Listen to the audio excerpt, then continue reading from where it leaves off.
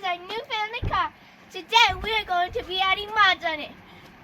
Before we get into this video, don't forget to like, subscribe, and turn on those post notifications. And without further ado, let's get into this video. Bye! Alright, before we do any sort of work, I think we need to wash the car first. We had a dust storm, rain come through. Alright, give it a rev. What do you think? Is that a little too quiet? It's too quiet. We need to do something about that. Let's do something about that. Today we're gonna be installing a exhaust system on a FK8 Civic Type-R. So I got the car washed, got it up on the lift. That's about as high as I can go on this lift. Maybe one more rung, but this is pretty comfortable with kind of roll around on a bucket there. So let's look at what kind of exhaust we got. So here's what we got. We got a VR Performance stainless valvetronic muffler or catback. It was on clearance, and so it was a pretty good deal. I also don't like the big stainless tips, so got the one with the carbon tips. I wish there was not any labels on here, but maybe I can tuck them up so you can't really see them. But I kind of like the look of the black carbon tips. So unfortunately, I think one damage here on the inlet. I think that was from shipping, because there's a little hole in the box there. I'll see if I can straighten that out. But let's go ahead and dive into it. I also believe that the remote battery is dead. So comes with the remote. Pushing the button, there's a little LED here not coming up. I tried to plug it in to my other car cigarette lighter, was unable to get that valve to move. So let me start by ordering a remote or some batteries. Alright, I'm under the car and I got a couple tools at our disposal. So I got some clip poppers, a little exhaust tool, and a little impact. So let's start from the front. I believe this is a one-piece exhaust, meaning when I take apart that flange over there, it's going to be a single piece all the way to the back. So looks like we got a panel here that we got to take out.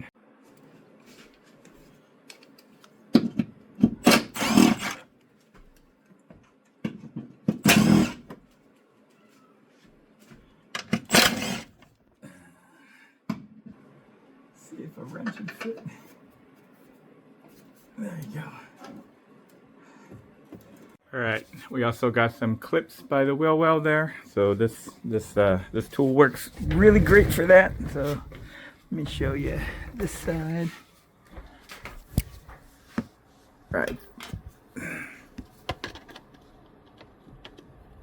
there. There you go. Pop that loose. Okay. Two. Let's see what else we got. Oh boy, looks like this. Actually, you know, I don't really know if I have to take this whole thing down, because I can get access to that. Let's see how bad these how tight these are. All right, looks like these are 15 millimeters. Let's see how tight these are.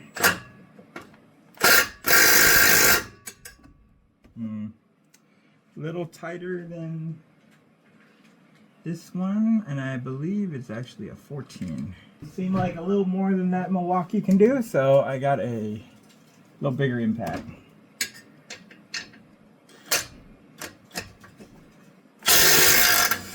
There you go. We got 3 bolts.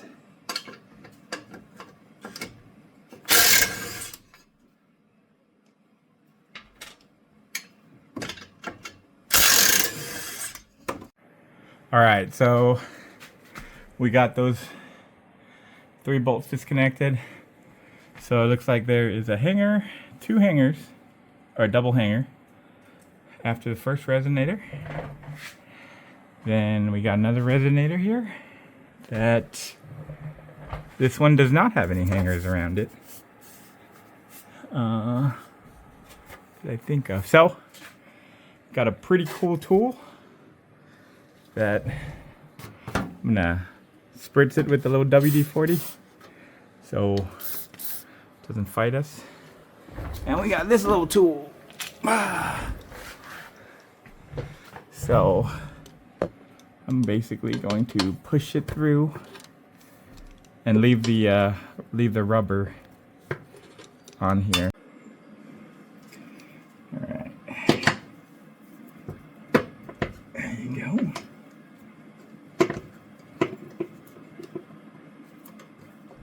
Okay. All right. All right, so I'm in the back here. Looks like we got a hanger here. 2 of them. Give a little WD-40.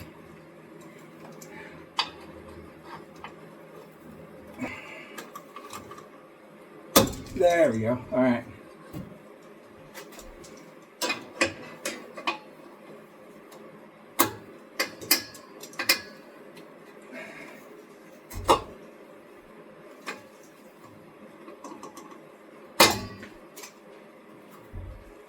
All right.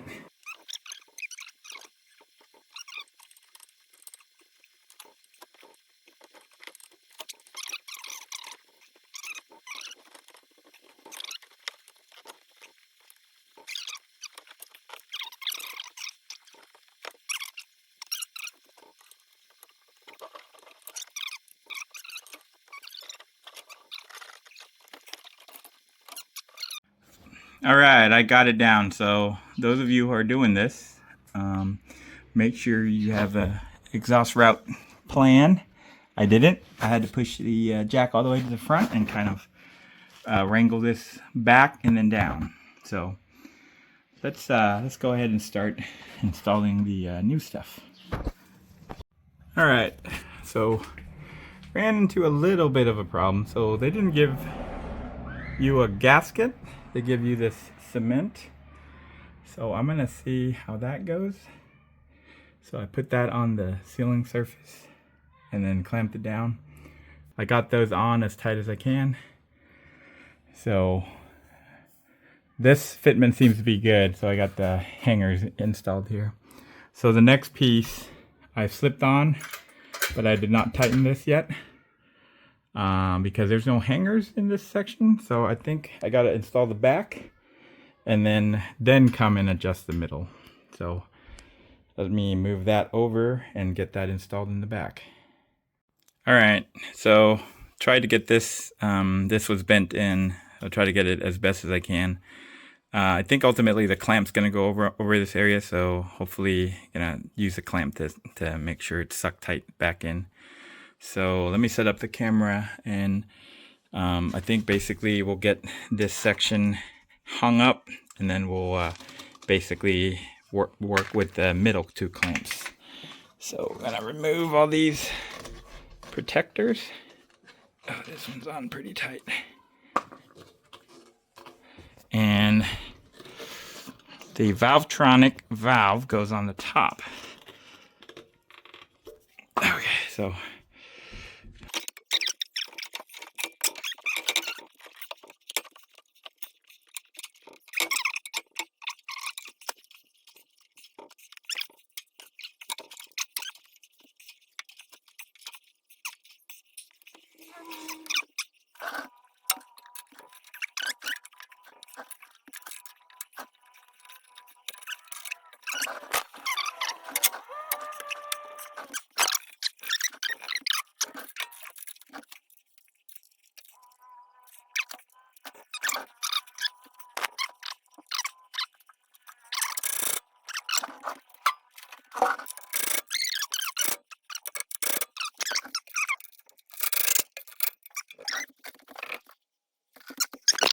all right, so we got 3 tips. They're slanted. I kind of wish they were straight. That I was going to rotate so that the labeling was on the bottom, but If they're slanted, I think they need to go up top. So these, 3 of them.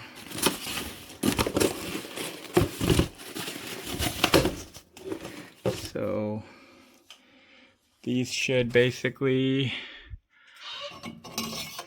slide on and then held with the nut clamp. So I think I'm going to adjust them all so that they're equal. So let me slide that on. All right, I got the tips on. I actually decided that I don't have a lot of room, so I'm gonna basically, I can adjust this after I eyeballed everything and made sure that they're flush, made sure the symbol's up top. After I pull it out, I'll do that again. So with that said, there's a little bit of wiring I need to do. So believe I plug in the wire for the valvetronics, basically wire it through and into the cabin here. So first thing is, I believe I need to pop these plastic rivets so I can get access to up there.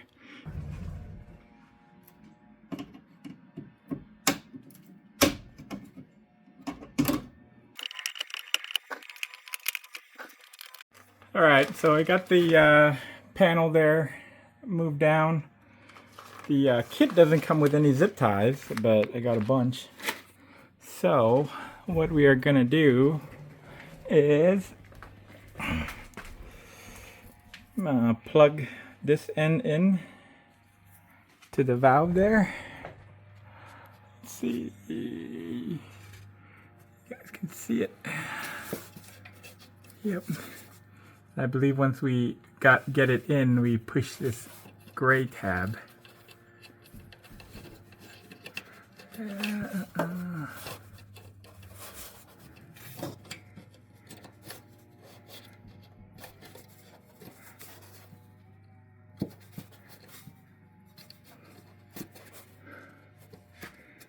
Is it stuck on? Okay. There you go. So I believe that is in. Okay. So I clicked in the gray tab and it is not coming out. So they say to wire it above the subframe, which I kind of went above the subframe to get it through. And let's see. I'm gonna go above the subframe again and come out on this side. See, I think basically gonna go above right there, and then after that we're basically hopping on to the tray here. All right, so basically got it wired up through this grommet.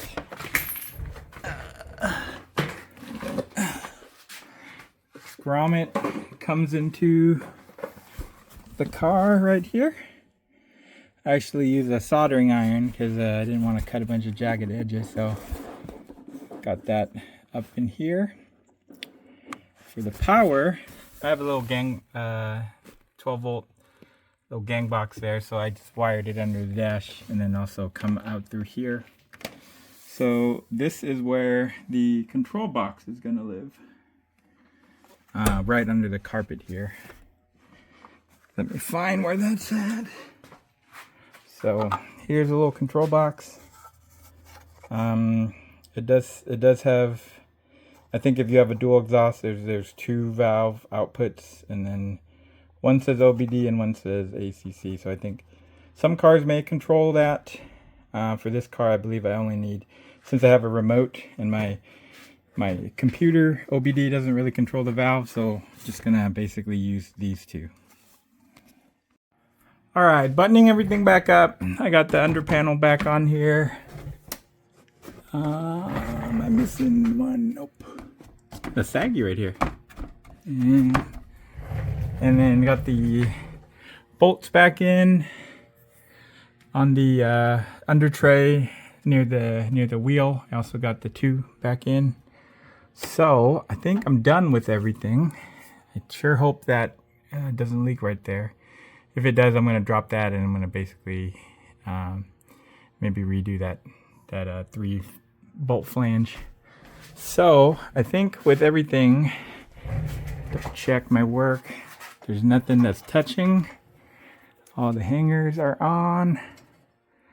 That one may need a little pushing, but time to get the car off the lift. So I don't have the remote, so the valve is in the quietest position, which I think goes out the 2 big mufflers. So I won't be able to turn on that till I get the battery. It should be tomorrow.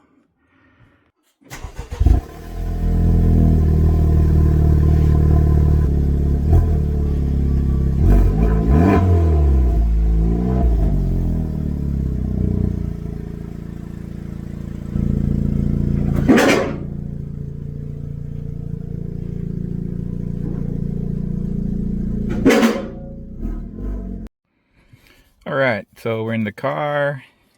Got the battery change out of the remote. Now actually it does light up.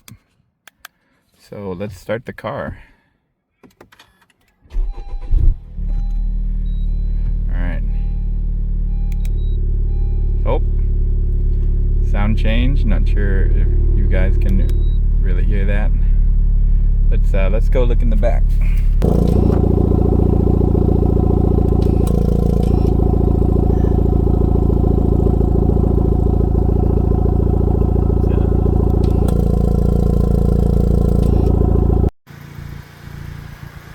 All right, so I got my helper in the car. We've got the exhaust installed. Could you go ahead and give me a rev? All right, let me go to the back and let me hear it, okay? All right, go ahead and give me a rev. All right, so this is on the quiet mode. So let's turn it on. You guys can hear that? All right, go ahead and give me another rev. Another one.